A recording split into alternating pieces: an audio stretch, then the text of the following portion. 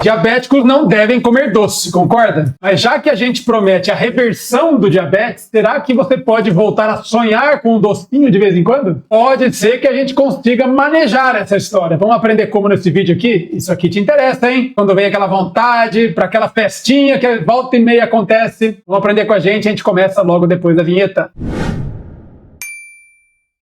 Fala pessoal, saudações metabólicas! Você está no canal da Escola do Diabetes, um canal voltado à reversão do diabetes tipo 2. Reversão do diabetes tipo 2 significa alcançar resultados melhores nos seus exames, na sua saúde, disposição, sintomas, o pacote completo, através de medidas que não sejam as medicamentosas, ou seja, dependendo cada vez menos de remédios. E tem gente que consegue ficar sem nenhum. Já pensou resultados perfeitos com 0 remédios? Saiba que a gente faz isso toda santa semana lá na Escola do Diabetes, no meu consultório. Isso não é uma super novidade. Esse é um capítulo estudado da endocrinologia. Ah, mas nunca me falaram. Aí é outra conversa. Às vezes pode ser que seu médico não seja especialista, às vezes pode ser que ele não esteja acompanhando os desenvolvimentos dessa área, que são realmente muito recentes, mas o fato é que essa, na minha opinião, é a área mais empolgante da medicina que existe, levando em conta a gravidade da doença e o número de pessoas acometidas pelo diabetes aqui no Brasil e no mundo. Aliás, aqui no Brasil, não sei se você sabe, ninguém consegue nem estimar direito quantos diabéticos existem. Dados lá da década de 80 para 90, no último censo que foi feito, falavam em 8% da população, e pode reparar como a gente ainda usa um número parecido hoje em dia, o que para mim é um absurdo. O mundo está muito diferente da década de 80, 90, concorda? Volta aí na década de 80, na sua memória, e tenta olhar à sua volta de olhinho fechado, ver quantos gordinhos diabéticos você tem ao seu redor. Hoje, isso é ridiculamente comum. Naquele tempo não era. Naquele tempo diabetes era doença de vovozinha, de fim de vida, último terço da vida. Hoje em dia tá assustadora a quantidade de jovens acometidos. A gente falava que diabetes em criança sempre era diabetes tipo 1 e hoje em dia não. A maioria das crianças diabéticas já é diabética tipo 2. Moral da história, já que ninguém sabe, eu acho que a gente tem entre diabéticos e pré-diabéticos aqui no Brasil alguma coisa próximo de 50 milhões de pessoas. É isso aí, 50 milhões de pessoas. E eu acredito que a internet vai ajudar a gente a reverter pelo menos 1 milhão de diabéticos aqui. E repara, como 1 milhão é gente pra dedéu, mas perto de 50 já nem parece tanto assim, concorda? O fato é, todo mundo muito esperançoso, todo mundo cheio de otimismo, aprende na internet que existe a chance de reverter o seu diabetes, de normalizar exames, parar de gastar dinheiro na farmácia com remédio, etc e tal. Aí eu falo que a pessoa ganha saúde, eu falo que ela vai viver melhor, mas o que ela quer saber de verdade é o seguinte: doutor Guilherme, eu posso comer doce? É muito maluco isso, né? Mas enfim, o que eu acho é um caso à parte, vamos deixar para depois. Mas é incrível o quanto que essa pergunta é comum. Cada caso é um caso, eu não consigo prometer o que vai ser de você depois da sua reversão, tá? Mas o que eu vou falar nesse vídeo aqui é algumas estratégias que a gente pode tentar para que você consiga comer o seu docinho, e a gente vai ter que ver os detalhes desse comer docinho, porque aliás, quando a gente fala assim, cada um entende uma coisa, né? É igual o pessoal quando fala assim: doutor, posso tomar uma cervejinha? Aí eu fico pensando, o que será que esse cara quer dizer com uma cervejinha? Porque geralmente não é uma cervejinha, né? Doutor, eu posso comer um docinho? Eu falei, então vamos lá, me explica, que raio de docinho é esse? E esse é o primeiro ajuste que você vai ter que ter em mente. Quanto açúcar tem nesse docinho? Isso envolve a receita desse docinho e envolve o tamanho da sua porção de docinho, concorda? Vamos supor, por exemplo, que a gente está falando de chocolate. Então, existe uma ordem de doçura entre os chocolates. Já percebeu isso? Basicamente, derivado da corzinha deles. Então, você tem lá um chocolate bem escurão, aqueles que estão na moda hoje em dia, 100% cacau, 90% cacau, 80%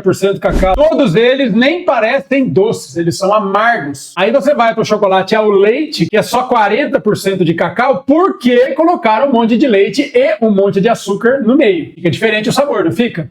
Provavelmente você gosta mais. Mas continuando nessa escala de escuro para claro, o próximo da fila é o chocolate branco. Esse é o mais doce de todos. O teor de leite é maior, o teor de açúcar é maior e o teor de cacau é zero. Nem rigor nem é chocolate, vamos combinar, né? Chocolate original era pra ter cacau, chocolate branco não tem. Dá pra perceber na língua o quanto que esse bicho é doce. É uma delícia. Eu também prefiro o branquinho, mas é muito, muito mais doce. Então, se o assunto era comer chocolate, você vai ter que ver qual chocolate você vai comer e qual o tamanho da sua porção. Vai comer um quadradinho ou vai comer uma barrinha? Faz total diferença e a gente começa o raciocínio por aí. Nem todo mundo vai ter facilidade em comer pouco. Eu mesmo percebo que eu tenho uma dificuldade bem considerável com doces. E é engraçado que existe uma discussão acadêmica entre os profissionais, né, os psicólogos e os nutricionistas e sei lá mais quem, debatendo se existe o conceito do vício em comida, especificamente o vício em açúcar. Eu até entendo a origem da discussão, mas eu acho isso uma bobagem sem fim. Porque para mim é nítido que existe. Para mim é claro que existe. Claro que não é o mesmo vício que você tem com drogas pesadas. Não é o mesmo vício que você pode ter com cocaína, até mesmo o próprio álcool. Se você tem uma pessoa que abusa dessas substâncias e ele retira, ele cessa o uso das drogas, de repente ele vai parar no hospital. Pode convulsionar, pode dar depressão, pode dar uma reação brutal. E claro, o açúcar não é capaz de causar tudo isso. Mas e a nicotina do cigarro? Também causa?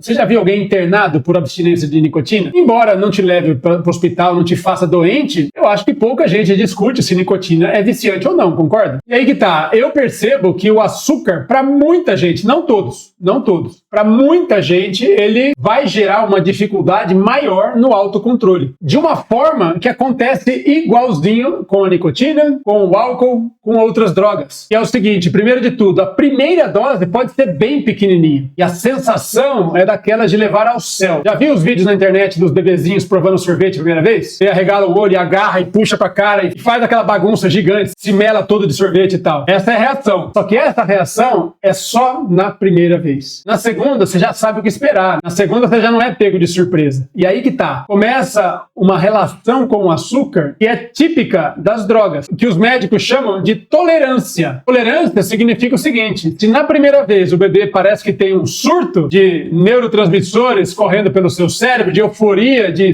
prazer, o olhinho dele chega a virar na cabeça, na segunda vez, para tentar chegar perto dessa reação, você precisa de uma dose maior. Você agora tolera aquela mesma dose, já não tem tanta graça assim. Consegue imaginar isso com cigarro ou com álcool? Na primeira vez que a pessoa vai experimentar álcool, é comum que ela passe mal. Mesma coisa o cigarro. Se fumar um cigarro, já estraga o resto do dia. Agora, se ele começa a treinar, começa a fumar um cigarro, beber uma cerveja, uma dose, de repente uma dose é pouco. De repente, para ter o mesmo efeito, ele precisa de 2 cigarros, ele precisa de 10 cigarros, ele precisa de 20 cigarros, e a mesma coisa acontece com a caixa de bis. Sabe aquele que é impossível comer um só? Pois é, o que eles contam é que isso gere tolerância, e que você comece comendo um, mas rapidinho perca o controle e tenha vontade de comer, e comer, e comer, até que você veja que comeu 20, acabou a caixa, e você quer outra. Parece exagero, né? Se parece exagero, é porque não é com você. Todo mundo que tem um fraquinho por doce sabe do que eu tô falando, provavelmente, inclusive eu. Então a primeira coisa é reconhecer isso. Olha só que maluco é isso. Repare como a mesma relação com a droga, no caso, né, com o estímulo, vamos dizer assim, acontece no álcool, no cigarro e em outras drogas. Embora a gente consiga ver a mesma relação com o açúcar, as pessoas discutem se é isso mesmo. Eu acho isso bem curioso, porque também acontece o efeito inverso. Você vai se acostumando e gerando tolerância quando vai aumentando a dose. Agora experimenta tirar de uma vez para você ver. Experimenta pegar um alcoólatra pesado e retirar o álcool. Ele convulsiona. Aí que ele vai parar para o hospital, entra em delírio, começa a literalmente ver bicho na parede. E quem aqui já tentou parar de fumar 2 carteiras por dia? Assim, ó, passa mal pra caramba, vai ter abstinência. Tanto é que inventaram chicletinho de nicotina, inventaram adesivo de nicotina para dar a droga sem que seja fumando. Aí o doceiro vai lá e quer parar com o chocolatinho do dia a dia e ninguém acredita que ele passa mal. Maluco, né? Eu acho que tem uma certa abstinência, sim. A gente passa mal, sim, quando quer tirar uma substância que nos dá uma sensação, é inegável, entendeu? E o pessoal especialista discute se isso acontece mesmo ou não. Quero saber de vocês. Você aí que é doceiro, conta pra mim nos comentários se existe tolerância ao doce, de você sentir que precisa doses maiores para ter a mesma sensação, e você começou a comer um chocolatinho por dia e hoje em dia come 2 barras e não consegue se segurar mais. E se você passa mal, e o passar mal pode ser físico ou psicológico, tá? Você passa mal quando quer zerar o seu consumo de açúcar? Coloca pra mim, só pra gente fazer uma enquete aqui ao vivo agora. Moral da história, eu sempre recomendo à pessoa que ela respeite o doce se ela sentir que ele é um problema pra você. Eu disse, nem todo mundo tem esse problema. Assim como nem todo mundo que bebe um álcoolzinho vai acabar viciando, entendeu? Nem todo mundo que fuma se torna um fumante inveterado. Mas algumas pessoas estão sujeitas e vão ter que respeitar o seu inimigo. E aí que tá. Você recomenda que alguém pare de beber bebendo pouco?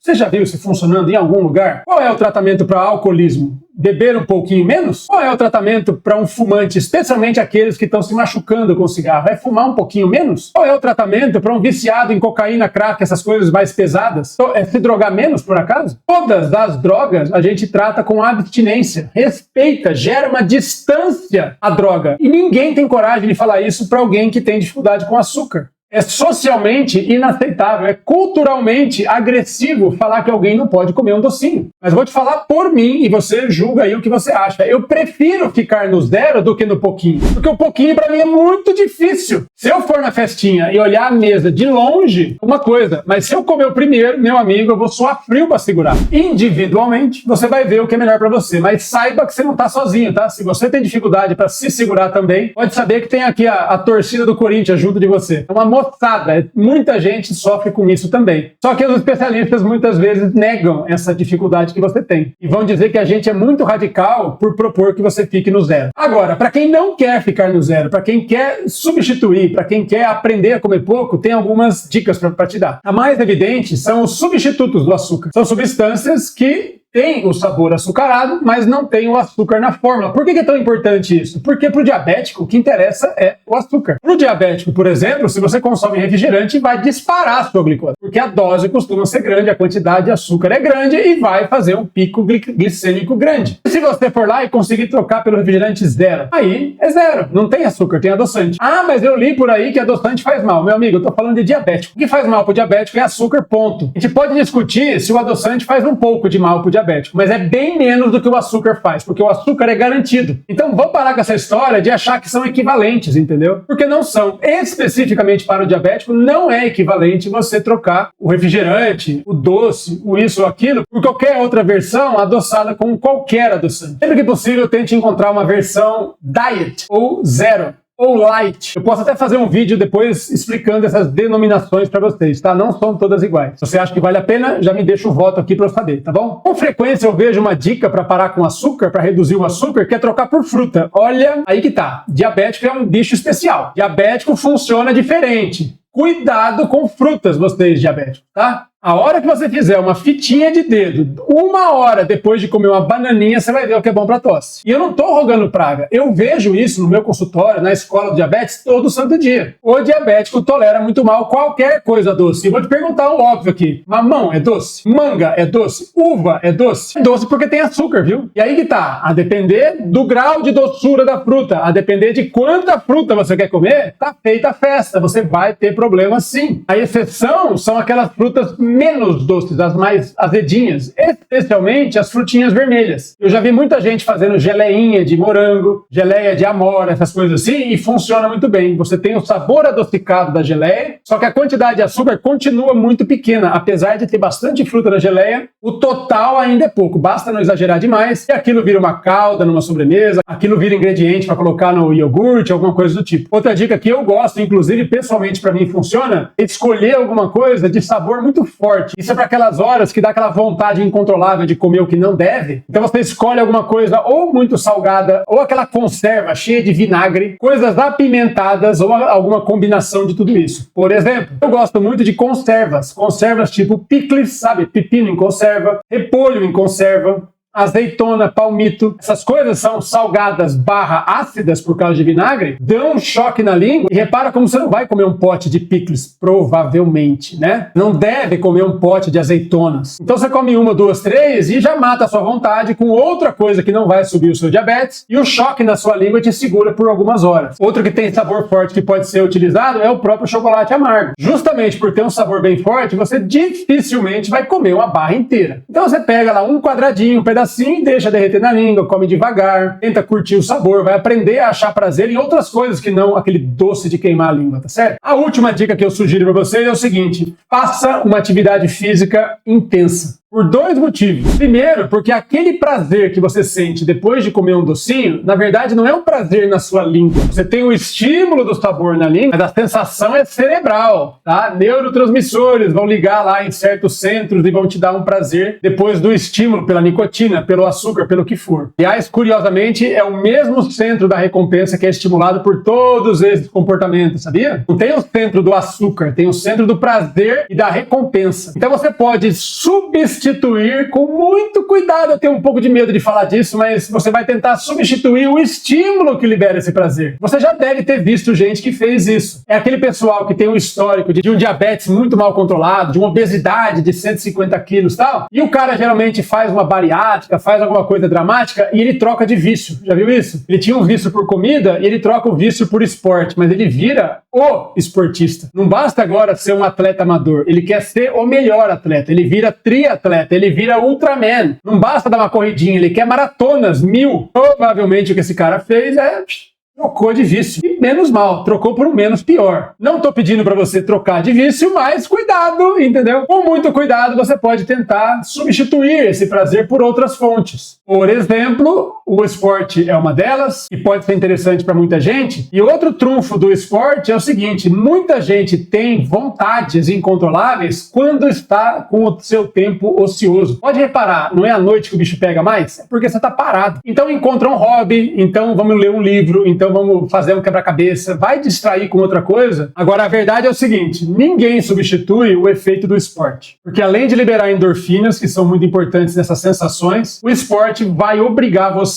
a queimar combustível no músculo. Popularmente, aqui no YouTube, eu chamo isso de esvaziar banheira. Você cria espaço dentro do músculo para receber a próxima refeição. Quando você se torna um atleta, você vai melhorar a sua tolerância à glicose. Você pode voltar sim a consumir aquele docinho sem causar grandes estragos na glicemia, na glicada, no diabetes. Como você vai fazer? Eu não sei. Aliás, eu adoraria saber. Por favor, comenta aqui embaixo qual é o seu plano para isso e se você precisa de docinho, afinal, tanto assim. Era isso por hoje. Espero que você tenha gostado. Toda semana temos 3 vídeos novos, então não deixe de se inscrever, ligar os sininhos de notificação, mas também não deixe de ver vídeos antigos, tá? A gente tem mais de 700 aí te esperando. Vejo lá no próximo. Um abraço, até lá.